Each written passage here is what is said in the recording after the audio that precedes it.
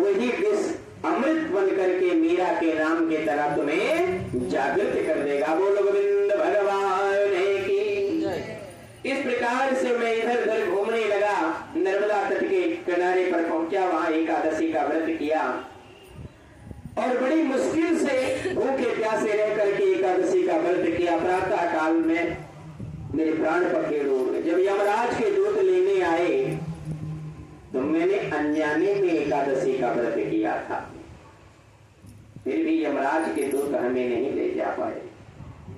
धर्मराज के दूत जब मुझे लेने के लिए आए तो चित्रगुप्त के द्वारा, आप तो सोचते हो ना कोई नहीं देखता, कि बिन पग चलय सुनय बिन काना, बिन पग चलय सुनय बिन काना, कर बिन करम करई विधि नाना, कर बिन करम करई विधि नाना। हमें केवल भ्रम है हमारा कि हमें लगता है कि हमें कोई नहीं देखता।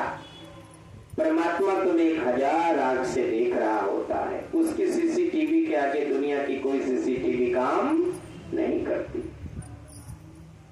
इसलिए हर क्षण तुम्हें इस बात का एहसास होना चाहिए कि कोई देख रहा है या नहीं, लेकिन ऊपर वाला जरूर। और ऊपर वाले ने अपना सिस्टम फिट कर रखा है। कौन? चित्र और गुप्त। ये तुम्हारे हर अच्छाई और हर बुराई की गणना करते रहते हैं। यही लेखा जोखा तुम्हारा जाकर के पेश किया जाएगा। इसलिए कर्म करते समय 100 बार ध्यान रखना चाहिए। अच्छा या बुरा दोनों को तुम्हें पता होता है कि तुम गलत कर रहे हो या सही कर रहे हो। इस प्रकार के वचन को सुन करके बाबा ने हाथ जोड़ करके प्रार्थना किया। पुनः धर्मराज के दूत ने इस लोक में उसी एकादशी के पुण्य के प्रभाव से इनका पुनर्जन्म होता है। जो पुनर्जन्म यानी बालकपन से ही भक्ति में लगे, ये भी बहुत ध्यान देना। इसीलिए कहते हैं कि जब बालक गर्भ में हो तो माँ को बहुत सावधानियां बरतनी चाहिए।